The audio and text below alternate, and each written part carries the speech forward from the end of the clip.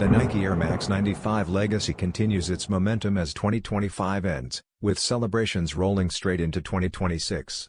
One of the standout releases leading the next chapter is the Nike Air Max 95 211, part of the upcoming family reunion pack scheduled for February 12, 2026. This regional exclusive collection spans North America, Asia, Europe, and one yet-to-be-revealed zone, bringing fresh energy to the 30th anniversary era.